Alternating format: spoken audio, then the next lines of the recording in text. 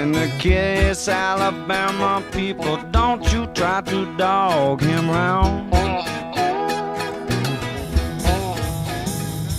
Cheers, vinyl community, what's going on? It's LJ, and this is a very special thread response to two very special people, and those two very special people who are near and dear to me are MphsVinylJim and TheMrs.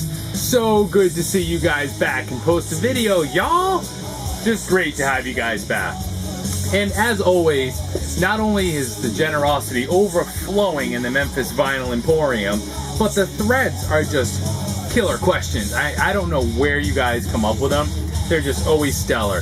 And when I caught the video this morning and heard the missus singing along in the background as MphsVinylJim showed records in the foreground, and then the idea dropped at the end of the video, I knew it was something I had to jump right on, else time would slip away before you know it, the contest would be over and I'd be wishing I had done it. So, this thread or contest is the 1-2 punch. The 1-2 punch?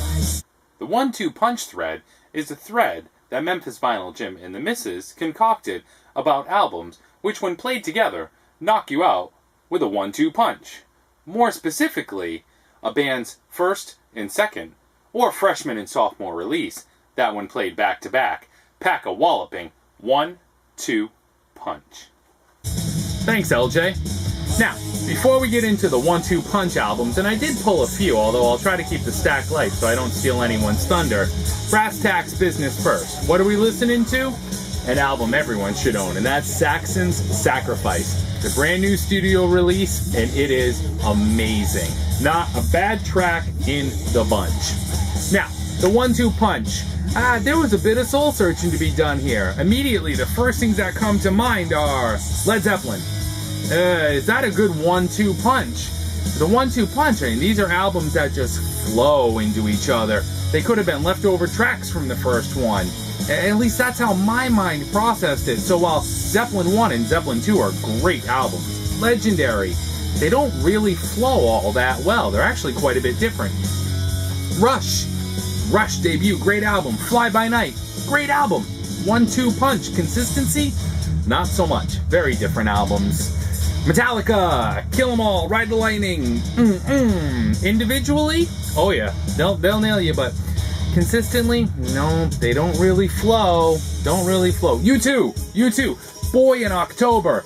Boy, do I love both Boy and October, but no, they don't flow on their own. They're a 1-2 punch, but they're not a consistent Do you know what I mean? They didn't hit it on their freshman and then just right into the sophomore, like Kiss,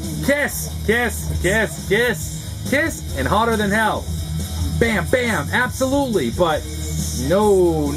Hotter Than Hell is such a dark album. Muddy, murky. I had to dig deeper. Also had to cheat a little. This is the vinyl community, y'all. That's what we do. And I'm going to start right off with a cheat. Why don't we start with Johnny Winter, The Progressive Blues Experiment. This is blues rock, and man, Jim and the Misses, when I play something like this, you are the first thing that comes to mind, because Jim, I know you dig this stuff. So The Progressive Blues Experiment. Well, how did I cheat here? Because as a freshman release, and the heat just continued on the sophomore release, Johnny Winter. But 1968, I believe, 1969, not only did Johnny Winter release a stellar sophomore release that blends beautifully with the first, but Johnny Winter stayed back his sophomore year, and he released Second Winter, which flows beautifully when played together. So this is a 1-2-3 punch, and it's a cheat given the fact that Johnny stayed back, and I'm glad he did. Thank you, Johnny's teachers. Those are 3 phenomenal albums. Some stuff folks might overlook or not think of, or maybe I can help enlighten some folks and bring them to some great albums, and folks can do the same for me. How about one of my favorite debut releases ever, Foghat? Not the slow ride Foghat, and all I mean by that is not the mainstream overplayed Foghat. Foghat's been around for a long time. Rising out of the ashes of one of the best blues rock bands ever, Savoy Brown, here comes Foghat. Lonesome Dave knew what he was doing when he made Foghat. Sarah Lee is one of the best songs ever written and performed. And Foghat followed it right up with Foghat. You tell me they didn't know this was just an extension of this, because they're both called Foghat. The only differentiator is this one is often called rock and roll. Isn't that funny? Two stellar early Foghat albums right before they became superstars. Unreal. Oh, another 1-2 punch. And how do I know it's a 1-2 punch? I know I got this one right because the record company packaged them together. Jeff Beck's Truth and Beckola. I thought it was more fun to pull this than to pull the individual releases, which I also have, because it's just proof that the record company knew it was a 1-2 punch. Jeff Beck's Truth is an absolute watershed of a blues rock album. With Rod Stewart, just wailing away on vocals. Rod and Ron Wood would later take off and form Faces, and then Rod Stewart would just ruin music forever way later in his career. But whatever, that's another story. Truth and Beckola. Jeff's guitar work. This is proto-metal by all standards. If Jeff had kept going the way he was going, it would have been metal. But of course, Jeff took off into fusion stuff and so forth. But whoa, 2 albums that play seamlessly, and so seamlessly they share a package. If you dig blues rock, man, you got to check those out if you don't know them. Now, cutting into my home turf, Lynyrd Skynyrd. Pronounced Lynyrd Skynyrd. This is a smoking debut album. This wrote the book on Southern rock. Never had a band come together on a debut so fully formed and just full of piss and vinegar and ready to go than Lynyrd Skynyrd. And how do you follow up songs like I Ain't the One, which is just a rockin' party, and then Tuesday's Gone, which immediately just boom, takes it down, and then right back up, and close with Freebird. Then you follow it up with Second Helping, with The Needle and the Spoon and Sweet Home Alabama. These 2 albums, my friends, are a 1-2 punch, not to be missed. We have to pull some metal here. But like I said, we can't do Metallica, even Megadeth. Killing Is My Business and Peace Sells. Whoo, they couldn't be more different. But Queensrÿche, and even arguably Saxon, which I probably should have pulled given that I'm playing it. But the first Queensrÿche album, the EP, Chased Down with the Warning, it's a Dungeons and Dragons wet dream. No question about it.